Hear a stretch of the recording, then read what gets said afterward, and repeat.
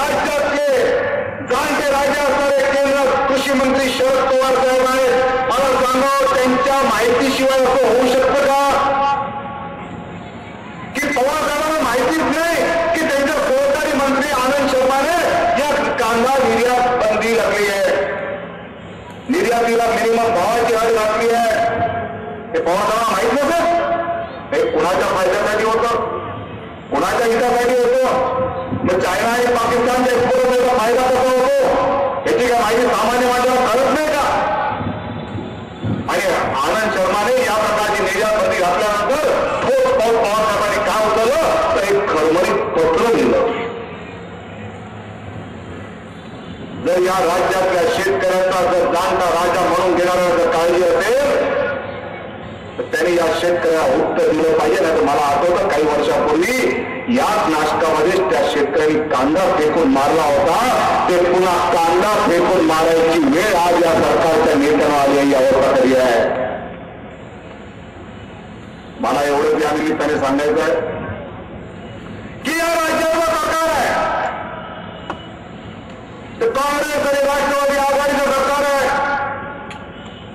या सरकारच्या काळामध्ये परवा गेल्या 2-3 दिवसात पावसाला सुरुवात झाली आहे, पण या राज्यात दुष्काळ होता, दुष्काळ सदृश परिस्थिती होती.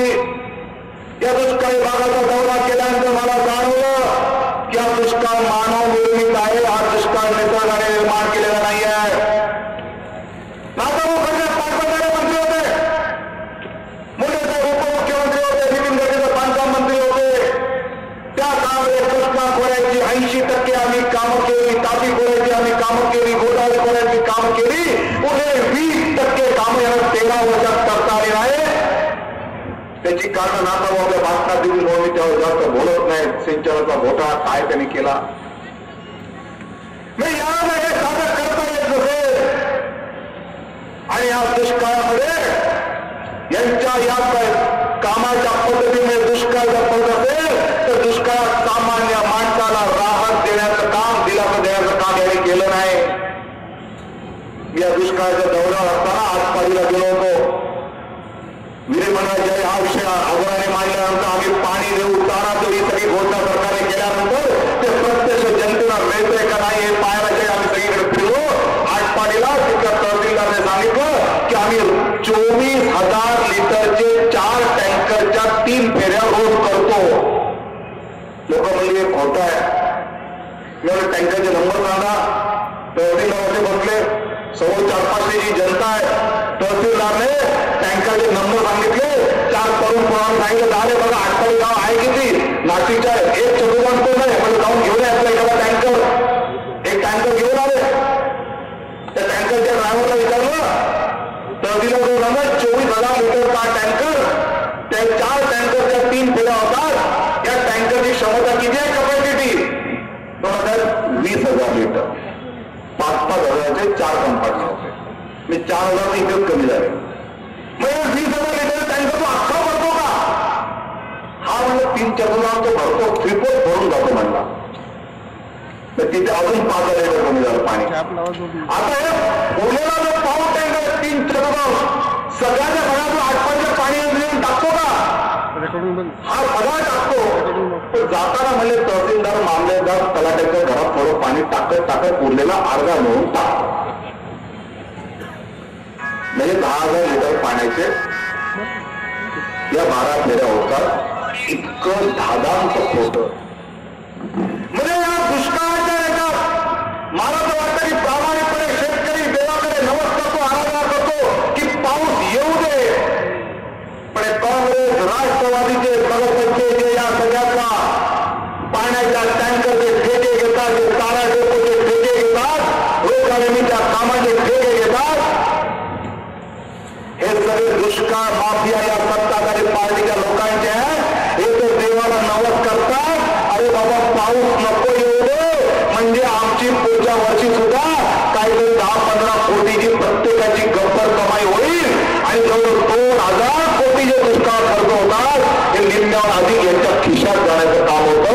ते भारतीय जनता पार्टीच्या प्रदेश कार्यकारिणीने मागणी केली आहे की या सगळ्या दुष्काळ माफियांची सीबीआय चौकशी झाली पाहिजे आणि दूध का दूध पाणी का पाणी होऊ दे की जनतेला काय मिळालं काय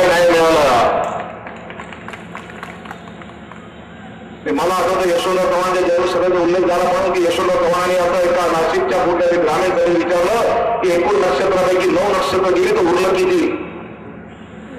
काही विद्वानाने सांगितलं एवढे उरले तेवढे उरले. एक शेतकरी म्हणला नक्षत्रातील 9 नक्षत्र गेली तर उरलं 0. आणि ते चव्हाण म्हणले बरोबर. पण कसं काय? पावसाची 9 नक्षत्र जर गेली तर पुढे काहीच उरत नाही. हे ज्या यशवंतराव चव्हाण कराडचे त्यांना माहिती होतं. त्यांच्याच कराडचे पृथ्वीराज बाबा जे कॉम्प्युटर बाबा आता मुख्यमंत्री आहेत त्यांना हे कळलंच नाही. परतीचा पाऊस पडला नाही त्याच दुष्काळ येणारे सिद्ध होतं. तरी जानेवारीपर्यंत दुष्काळासाठी कोणतीही योजना यांनी केली नाही. आणि पृथ्वीराज चव्हाण काय करायला जमतं? तर मुळशीच्या दरवाजावर नवीन गिरिनगराची परवानगी दिल्लीतला फोनवरून केलेली आहे. पृथ्वीराज चव्हाणच्या या निर्णयाची चर्चा सर्वत्र आहे. आणि जाणीवपूर्वक या कोल्हापुरावर मी आरोप करतो की केंद्रीय काँग्रेसचे नेते अहमद पटेल यांचा याच्याशी संबंध आहे. आणि त्यासाठी सर्व प्रकारचे पर्यावरणाचे नियम धाग्यावर बसून मुख्यमंत्री पृथ्वीराज चव्हाण यांनी या गिरिनगराला परवानगी दिलेली आहे. काही हजार कोटीचा हा नवा प्रकल्प पर्यावरणाची पूर्णपणे त्या ठिकाणी नासूक करणार आहे. आणि हा प्रकल्प झाला तर या राज्यातल्या पर्यावरणाला फायदे पुरवलं जाईल. आणि आम्हाला मुख्यमंत्र्याकडे उत्तर पाहिजे. याचं तुम्ही नोटिफिकेशन काढलं दिल्लीतला तुम्ही फोन केल्यावर निघाला का नाही एवढं फक्त आम्हाला सांगा.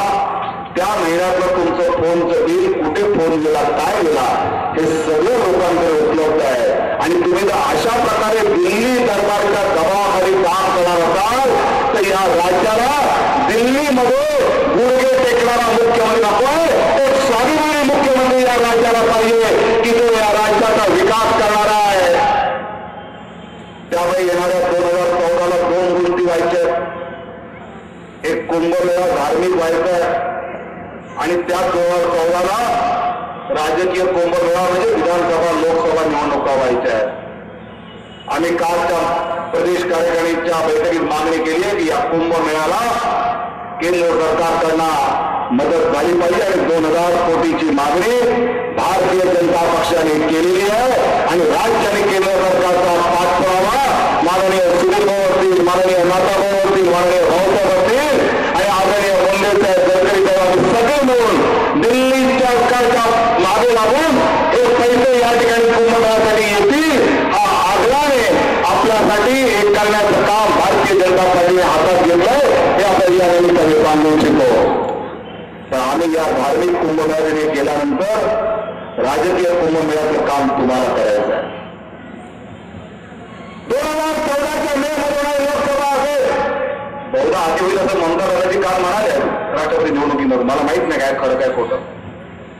पण लोकसभा असेल विधानसभा असेल